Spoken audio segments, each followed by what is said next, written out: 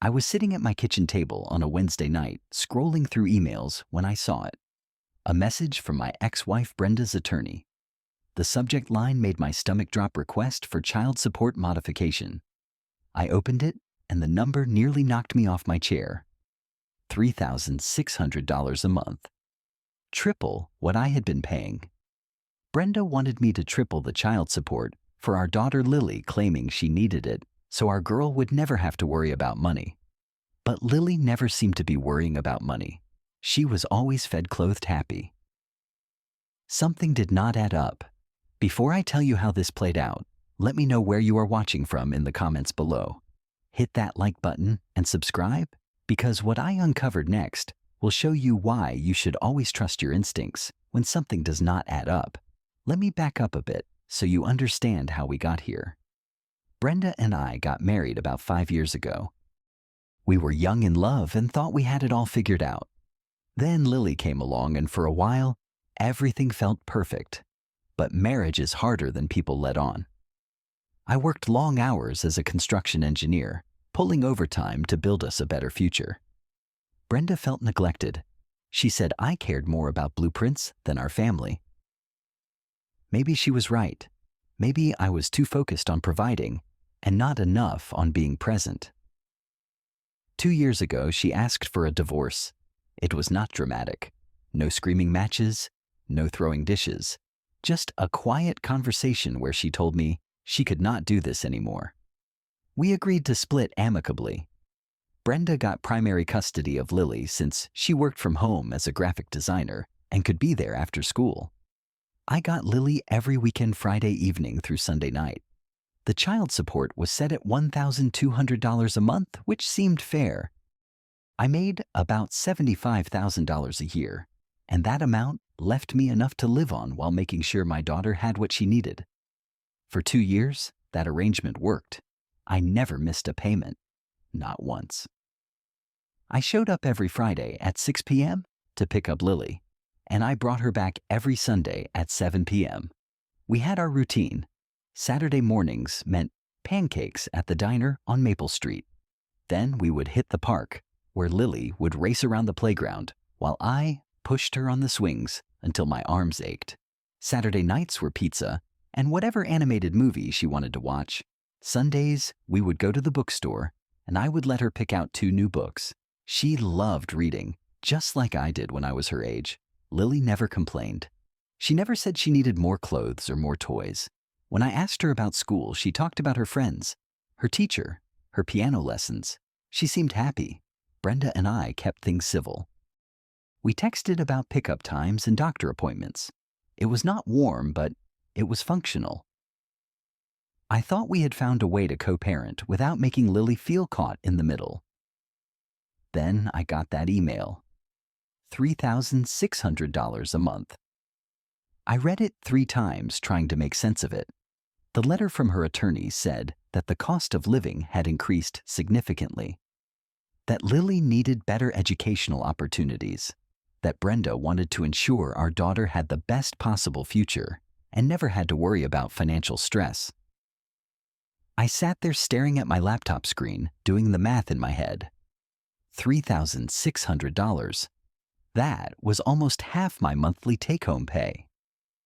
After taxes, I brought home about $4,500. If I paid that much in child support, I would have $900 left for my rent, utilities, car payment, insurance, food, and everything else. It was impossible. I picked up my phone and called Brenda. She answered on the 3rd ring, her voice cool and distant. I could hear the television in the background. "Did you get the letter?" she asked before I could even say hello. "Yeah, I got it. Brenda, $3,600. That is 3 times what I am paying now." How is that even justified? Lily is getting older.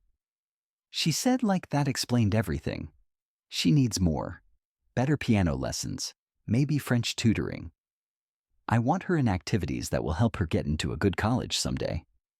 She is 7 years old, I said, trying to keep my voice level. And she already takes piano lessons. You never mentioned French tutoring before. Well, I am mentioning it now. I want her to have opportunities, Donovan. I want her to grow up without financial stress. Is that so wrong? Of course not. But $3,600. That is more than my rent and car payment combined. Can you at least break down where all that money is going? There was a pause. I do not have to break it down for you. The court will decide what is fair. Brenda, come on. I have always paid on time. I have never fought you on anything. But this is not fair. Just tell me what the actual expenses are. You just need to trust me, Donovan. This is for Lily. I do trust that you love Lily, but I need to understand why you need triple the amount. Just help me understand. Another pause. Longer this time. I have to go. My attorney will handle this. She hung up. I sat there holding my phone, feeling a knot tighten in my stomach. Something about that conversation felt off. Brenda had always been direct with me, even when we were getting divorced. This evasiveness was new and troubling. That weekend when I picked up Lily, I paid closer attention. I looked at what she was wearing. Her jeans had a small hole in the knee. Her sneakers were scuffed and a bit too small. She was growing fast, and these looked like they were from last season. If Brenda needed more money for Lily, why was my daughter wearing clothes that were clearly outgrown? Hey, sweetheart, I said as we drove to the diner. How is school going? Good. We are learning about the solar system. Did you know Jupiter has 79 moons?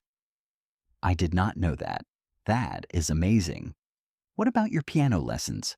Are you still enjoying those? Yeah, I like them. Miss Patricia is really nice. How often do you go? Once a week. On Tuesdays after school. Once a week? That was the same as before. Piano lessons in our area cost about $80 a month for weekly sessions. So that had not changed. Are you doing any other activities like sports or other classes? Lily shook her head. Nope, just piano. Mom says maybe I can do soccer in the spring, but we will see. No French tutoring, no new activities, just the same piano lessons she had been taking for the past year. So where exactly did Brenda need an extra $2,400 a month? When I dropped Lily off Sunday evening, I noticed something I had not paid attention to before. There was a silver Mercedes parked in the driveway. It was new, still had the temporary tags in the window. The model looked like it cost at least $60,000. Brenda drove a Honda Civic. This was not her car. As Lily ran to the front door, I saw someone through the living room window. A man. Tall dark hair, wearing a polo shirt. He was laughing at something on his phone. The door opened and Brenda stepped out. Right on time, she said, taking Lily's backpack from me. Nice car, I said, nodding toward the Mercedes. Yours? A friend's, she said quickly. He is visiting. Just a friend, Donovan. Not that it is any of your business. She was right. It was not my business who she dated. We had been divorced for 2 years. She could see whoever she wanted. But the timing felt suspicious. She wants triple the child support, and suddenly there is a man with an expensive car living in her house. I could not shake the feeling that these two things were connected. That night, I could not sleep. I kept thinking about the Mercedes, the man in the window, Brenda's evasiveness. I grabbed my laptop and opened Facebook. I had unfriended Brenda after the divorce to make the separation cleaner, but I still knew some of her friends. I searched through mutual connections until I found her profile through someone else's page. Her relationship status said in a relationship. I clicked on the tagged photos. There he was, Kyle Henderson, 35 years old. Worked in marketing according to his profile, and his page was public, which made things easier. I scrolled through his posts. Pictures of him and Brenda at a steakhouse downtown. The kind of place where a meal for two costs over $200. More photos from a trip to Hawaii last month. Sunset on the beach, fancy resort, pools, cocktails with little umbrellas. Another post from 2 weeks ago at a spa in the city. Then shopping bags from Nordstrom designer sunglasses. bottles of wine that probably cost more than my weekly grocery budget. In every photo, Kyle and Brenda looked happy and carefree. But I noticed something. Lily was not in any of these pictures. Not at the restaurant, not in Hawaii, not at the spa. My daughter was not part of this new lifestyle Brenda was living. I felt my jaw clench. This was what she needed, an extra $2,400 a month, for so she and her boyfriend could live like they were rich. But I needed more than Facebook pictures. I needed proof. I called my buddy Greg the next morning. Greg ran a private investigation business, mostly doing background checks for companies hiring new employees. But he also did some personal work on the side. I need a favor. I told him over coffee at a shop near his office. I explained the situation, the child support increase, the boyfriend, the expensive lifestyle. You want me to follow her? Greg asked. Just for a week or two. I need to know if she is spending money on things that have nothing to do with Lily. I need documentation. Greg nodded. I can do that. But Donovan, be prepared. If I find what you think I am going to find, this is going to get ugly in court. I know. But if Brenda is lying about why she needs more money, I have to protect myself. And more importantly, I have to protect Lily. Greg started his surveillance the next day. He followed Brenda when she left the house, tracked where she went, documented what she did. After 5 days, he called me. You need to see this, he said. We met at his office. He had a folder full of photographs and receipts, pictures of Brenda and Kyle at restaurants, time-stamped, dated. A sushi place on Monday night. Bill was $287. An Italian spot on Wednesday. $312. They went to the spa on Thursday afternoon. Greg had gotten a copy of the receipt somehow. Couples massage package. $450. Here is the thing, Greg said, pointing to another document. I did some digging on Kyle. He lost his job 3 months ago, got laid off from his marketing firm. He has not found new work yet, so he is not contributing to these expenses. Brenda is paying for everything. My stomach turned. So she is using the child support money I give her to fund this guy's lifestyle. Looks that way. And check this out. He showed me another photo. Lily sitting on the couch with a babysitter while Brenda and Kyle were getting ready to go out. Your daughter is not even going with them to these places. She is stuck at home with a sitter while they go blow money. I felt a wave of anger so strong I had to stand up and walk around the room. Brenda was not asking for more money for Lily. She was asking for more money so she could play sugar mama to her unemployed boyfriend. She was asking me to fund their date nights and vacations while my daughter sat at home in clothes that did not fit properly. Get me everything, I said to Greg. Every receipt, every photo, every piece of evidence you can find. I am taking this to court. 2 weeks later, I sat in a conference room at the courthouse for the child support hearing. My attorney Patricia Brennan sat next to me with a thick folder of documents. Across the table, Brenda sat with her attorney, a sharp-looking woman named Miss Davis. Brenda would not make eye contact with me. Kyle was not there, which I found interesting. The mediator, a tired-looking man named Mr. Ross, opened the session. We are here to discuss Miss Brenda Taylor's request to modify child support payments.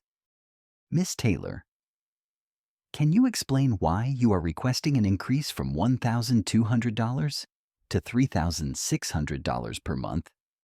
Brenda's attorney spoke first. Your Honor, Miss Taylor is requesting this increase because the costs associated with raising a child have increased significantly. Lily is at an age where she requires more educational support, extracurricular activities, and general care. Miss Taylor wants to ensure that her daughter has every opportunity to succeed. Mr. Ross turned to Brenda. Miss Taylor, can you provide a breakdown of these expenses? Brenda straightened in her chair. She had dressed conservatively for the hearing, wearing a simple blue dress and minimal makeup. She looked like a struggling single mother, which I suppose was the point. Of course, she said, her voice soft. Lily's piano lessons have gone up. She needs better instruction, so I found a more qualified teacher. That is $200 a month now. I also want to enroll her in French lessons. Children learn languages easier when they are young, and I think it will benefit her. That is another $300 monthly. She needs swimming lessons for safety, which is $250. Her clothing costs have increased because she is growing so fast. That is about $500 a month. Food expenses are higher, around $1,000 monthly for groceries and her school lunches. Books and school supplies are about $200, and then there are miscellaneous expenses for things like birthday parties, school events, and activities with friends. That is another $1,150 or so. She had rehearsed this. I could tell by the way she delivered it, smooth and confident. The numbers added up to exactly $3,600. On paper, it looked legitimate.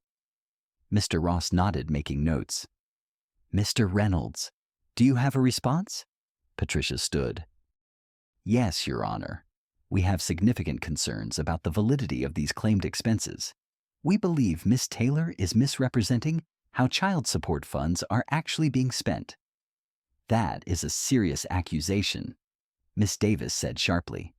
Do you have evidence? We do. Patricia opened her folder. First, let me address the piano lessons. We contacted Lily's current piano teacher, Miss Patricia Kowalski. She confirmed that Lily takes one lesson per week at a rate of $80 per month, not $200. Lily has been with Miss Kowalski for over a year, and there has been no change in frequency or cost. She slid a notarized statement across the table.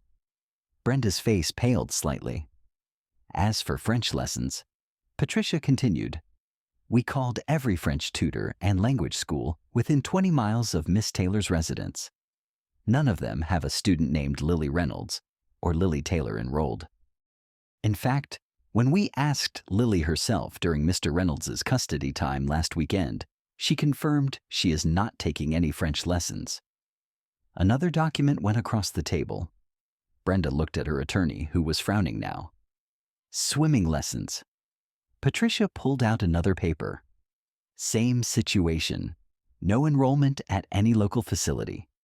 We have statements from 3 major swim schools in the area confirming they have no student by that name. Mr. Ross leaned forward. Miss Taylor, can you explain these discrepancies? Brenda opened her mouth, then closed it. I was planning to enroll her in those programs. That is why I need the money, to start them. But you presented these as current expenses, Mr. Ross said. You said these are costs you are already incurring. Well, I meant I need the money to afford them. If I had more support, I could enroll her. Patricia was not done. Your Honor, we have additional evidence that is quite troubling. Over the past 3 weeks, we conducted surveillance of Miss Taylor's spending habits. She pulled out a stack of photographs. These images show Miss Taylor and her boyfriend, Mr. Kyle Henderson, at various expensive establishments. On March 3rd, they dined at Raphael's Steakhouse. The bill was $287. On March 5th, they went to Sakura Sushi Bar. $312. On March 7th, they enjoyed a couple's spa package at Serenity Day Spa for $450. She spread the photos across the table. Receipts were attached to each one. Timestamps, credit card transactions, Brenda's credit card. In none of these outings was Lily present. In fact, our investigator documented that during these evenings, Lily was home with a babysitter. We have the babysitter's statement as well, confirming she watched Lily on multiple occasions while Miss Taylor went out. Brenda was staring at the table now, her hands folded tightly in her lap. There is more, Your Honor. Patricia pulled out another document. Mr. Kyle Henderson lost his job 3 months ago. He has no current employment. He has not contributed financially to Miss Taylor's household. In fact, based on our investigation, Miss Taylor has been supporting Mr. Henderson's lifestyle entirely. She purchased a Mercedes-Benz for him in February, financing $62,000. She pays for their dinners, their entertainment, their trips. Just last month, they took a week-long vacation to Hawaii. The costs, including flights, hotel, and activities, totaled over $5,000. Patricia placed photos from Kyle's Facebook page on the table. Beach sunsets, hotel pools, cocktails, all dated and geotagged. Your Honor, Miss Taylor is not requesting increased child support to benefit her daughter. She is requesting it to maintain a lifestyle with her unemployed boyfriend. She fabricated expenses and misrepresented her financial needs to this court. Meanwhile, her daughter wears outgrown clothing and has not seen an increase in actual care or opportunities. The room went silent. Mr. Ross looked at Brenda, his expression hard. Miss Taylor, do you have a response to these allegations? Brenda's attorney whispered something to her, but Brenda shook her head. When she spoke, her voice was barely above a whisper. I just wanted to have something for myself. After the divorce, I felt like I lost everything. Kyle made me feel special again. I know I should not have, but I needed to feel like I mattered. Miss Taylor. Mr. Ross said, his voice stern. Child support is for the child. It is not discretionary income for you to spend on personal luxuries. You stood before this court and provided false information about your daughter's expenses. Do you understand the seriousness of that? Brenda nodded, tears running down her face, but I felt no sympathy. She had tried to bleed me dry so she could play house with a man who could not even support himself. She had lied to a judge, and worst of all, she had done it while our daughter went without proper care. Mr. Ross looked at both attorneys. Here is my ruling. The request to increase child support is denied. Furthermore, based on the evidence presented, I am reducing the current child support obligation to $900 per month. Mr. Reynolds has demonstrated that the actual costs of caring for Lily are lower than the current payment amount. Miss Taylor, you are also ordered to pay a penalty of $5,000 to the court for providing false documentation. Additionally, you will reimburse Mr. Reynolds $3,000 for his legal fees in this matter. Brenda's attorney started to object, but Mr. Ross held up his hand. I am not finished. Miss Taylor, I am putting you on notice. If there is any further attempt to misuse child support funds or misrepresent expenses to this court, I will revisit the custody arrangement. Mr. Reynolds has shown himself to be a responsible parent who acts in his daughter's best interest. You have shown poor judgment. Do not test me on this. He banged his gavel. The hearing was over. Walking out of that courthouse, I felt like I could breathe for the first time in months. Patricia shook my hand and congratulated me. Brenda left through a different exit, still crying. I found out later that week that Kyle had moved out. Apparently, once the money train stopped, he lost interest in playing house, but I did not feel victorious. I felt tired and sad. Sad that it had come to this. Sad that Brenda had been willing to lie and manipulate for money. Sad that Lily had a mother who prioritized a boyfriend over her own child. I requested modified custody arrangements. Instead of just weekends, I now pick up Lily on Tuesday and Thursday evenings after school. We do homework together, and I make her dinner.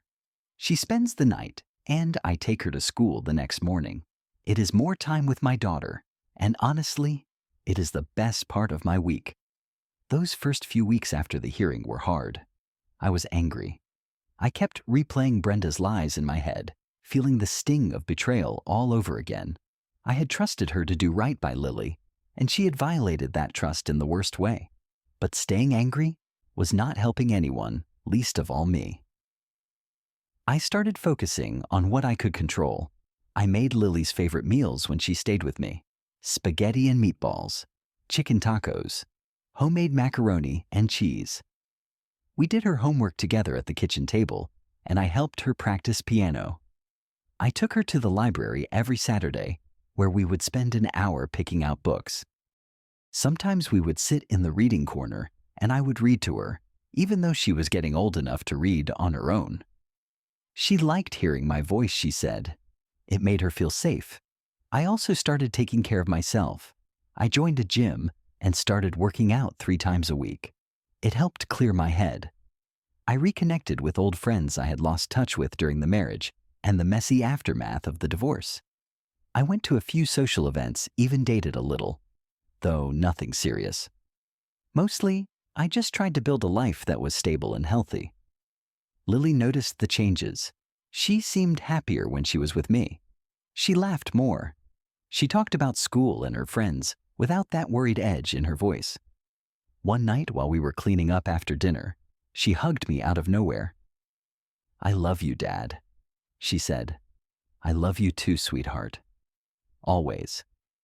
"I know," she said. "You show me." That moment right there made everything worth it. The legal fees, the stress, the months of investigation and court hearings. All of it was worth it to know that my daughter felt loved and safe with me. As for Brenda, we keep our interactions minimal and businesslike. I drop Lily off and pick her up without lingering. We text about schedules and doctor appointments. She never apologized for what she did, and I never asked for one. Some people cannot admit when they are wrong, and that is their burden to carry, not mine. I learned a lot through this whole ordeal. I learned that not everyone has good intentions, even people you once loved. I learned that trust has to be earned and verified, especially when children are involved. I learned that standing up for what is right is not always easy, but it is always necessary. Most importantly, I learned that being a good parent means putting your child first no matter what. It means showing up, being present, and making sacrifices. It means fighting for them when they cannot fight for themselves. And it means teaching them through your actions what integrity looks like. Lily is 10 now. She is smart and funny and kind. She still takes piano lessons, and she has gotten pretty good. She wants to learn the guitar next, and I am going to make that happen. We have our routines, our inside jokes, our special traditions. Every Friday night is still pancakes at the diner. Every Saturday is still the bookstore. And every Sunday we cook dinner together. Those are the moments that matter. Those are the things she will remember. Looking back, I am grateful the truth came out when it did. If I had not followed my instincts, if I had just accepted Brenda's story and paid the increased amount, who knows how long it would have gone on? How much money would have been wasted? How much would Lily have suffered while her mother prioritized a man over her own daughter? Sometimes the hardest battles are the ones we fight for the people we love. But when you stand up for what is right, even when it hurts, you teach your children the most important lesson of all. Integrity matters more than anything. Have you ever had to fight for what was right, even when it was difficult? Have you ever discovered someone you trusted was not being honest? Drop your thoughts in the comments below. If this story resonated with you, hit the like button and subscribe for more real-life experiences. Share this video with anyone who might need to hear it. Thank you for watching, and I hope you find the courage to stand up for what matters most in your life. Take care of yourself and the people you love.